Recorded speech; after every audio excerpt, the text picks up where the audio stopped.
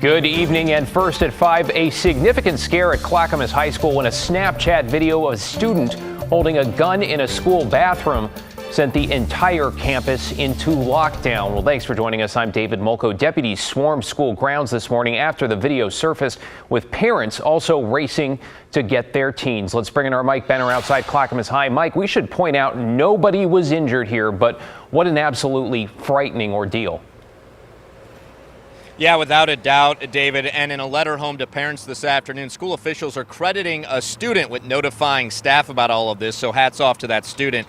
In the meantime, seeing as it's early evening out here, all is quiet at the school, but it was a much different story earlier this afternoon. I want to show you some video that we shot. This was around 12:30 this afternoon. We can tell you that deputies with the Clackamas County Sheriff's Office tell us that about an hour earlier, so around 11:30 this morning, the high school resource officer was alerted to a Snapchat video of holding a gun in a high school bathroom. KGW has elected not to show the video, but we did see it ourselves and can tell you the video shows a kid in a ski mask holding what looks like a real gun, almost showing it off, if you will.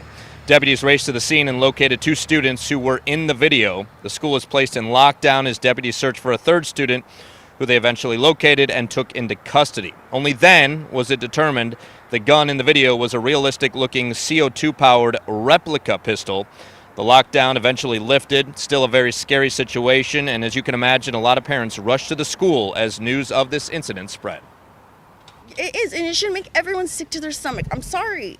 It's a world we live in, and these kids shouldn't have to. I have students within this district, and anytime any kinds of these messages go out, it is scary, but something we certainly have to take seriously, no matter what the level of threat it might be. And obviously we did that today. We took that very seriously. Yeah, that gentleman there is a spokesperson for the school district. He also told us that nearby Rock Creek Middle School had its exterior doors locked during the entirety of this incident. That's because of its proximity to Clackamas High School. As far as the 3 students involved in all of this, it's really too early to tell what charges, if any, they'll be facing. We'll, of course, stay on top of it. David? Just glad everyone's okay. Mike Benner in Clackamas tonight. Thanks, Mike. Well, new information this evening about the 50 Venezuelan migrants flown by the state of Florida north to Massachusetts' Martha's Vineyard. Florida Governor Ron DeSantis approving a $615,000 payment for the flight. And now it turns out an Oregon-based company was involved. Investigative reporter Evan Watson in the newsroom tonight. Evan, this is immigration policy and controversy playing out on the national stage. Now walk us through the connection to Oregon here. Florida paid Virtual Systems Company, an Oregon-based company, to fly and leave about 50 migrants in Massachusetts, according to Florida state records. The company is registered to a home address in Hillsborough. I knocked on that door today, but no one answered. The Virtual Systems Company website says it was created in 1996 and is based in Hillsborough. The company says it provides specialized aircraft solutions specific to unique requirements. VSC filed business records with the Oregon Secretary of State in February of last year, listing a house in Hillsborough as the primary place of business, although the company has an office in Destin, Florida. Florida Governor Ron DeSantis says he flew migrants from Texas to Florida to Massachusetts as part of a relocation program to transport, quote, illegal immigrants to sanctuary destinations. Democrats and White House officials have criticized the practice as a cruel political stunt.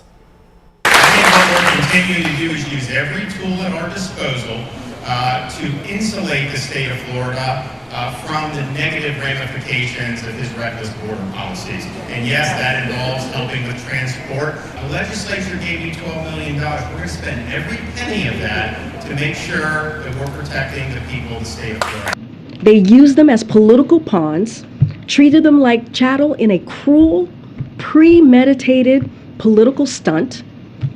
Why else would Governor DeSantis have spent the time to charter a flight to take migrants out of a different state, not even his state, a different state, and hire a videographer to capture footage of that flight, but not bother to let Massachusetts authorities know that migrant children in need of food and shelter were about to land on their doorstep?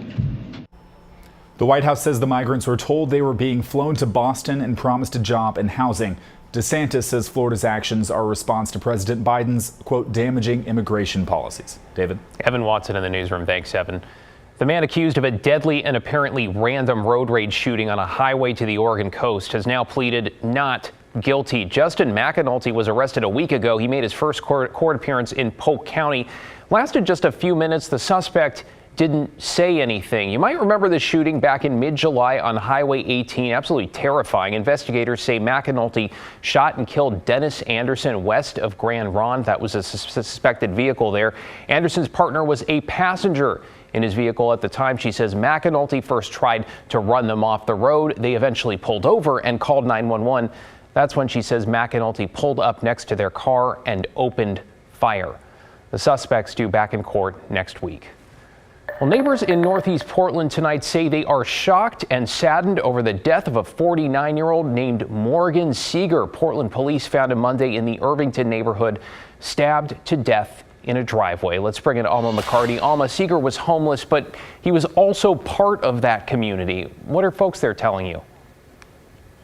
Well, David, everybody that I've spoken with today tells me they are just in absolute disbelief that Morgan Seeger could be the victim of such a violent crime, telling me this is a guy who really cared for and looked out for other people, especially people experiencing homelessness like he was. Now, officers found Seeger dead near the corner of Northeast 18th and Tillamook Street just after 7 Monday morning. They said he appeared to have multiple stab wounds, the medical examiner later determining and confirming Seeger was killed. Now, detectives are seeking out more information about what led up to his death. Many outside of Laurelhurst Park Friday afternoon hope that someone will come forward. He always took up for me, and he always made sure that he came to talk to me when he would come through the park. And he made me laugh. It was the biggest part about it. He was truly a funny guy. Please, I'm afraid this can be one of the many murders that happens to people that is not actually brought to justice. So please speak to the police if you can. But yeah, he didn't deserve what happened to him. If you do have any information that could lead to an arrest, you can submit that anonymously. Friends of Morgan Seeger plan to hold a celebration of life this coming Thursday in Laurelhurst Park. David? Alma McCarty in Northeast Portland. Nobody deserves that. Thank you, Alma. Amtrak's long-distance routes are coming back online tonight after a nationwide rail strike appears to have been averted. Amtrak preemptively started canceling those routes, including the Coast Starlight, in anticipation of a work stoppage. Now, this week, the White House helped reach a tentative deal between rail companies and freight workers' unions. That deal includes better pay and health care provisions for workers. Well, let's talk about troubled home retailer Bed Bath & Beyond, revealing today which stores it plans to close by the end of the year. One of them is the Beaverton Cedar Hills location. It's all part of the company's plan to downsize nationwide by closing 150 stores in total. No word yet on the exact closing date or the number of employees impacted locally.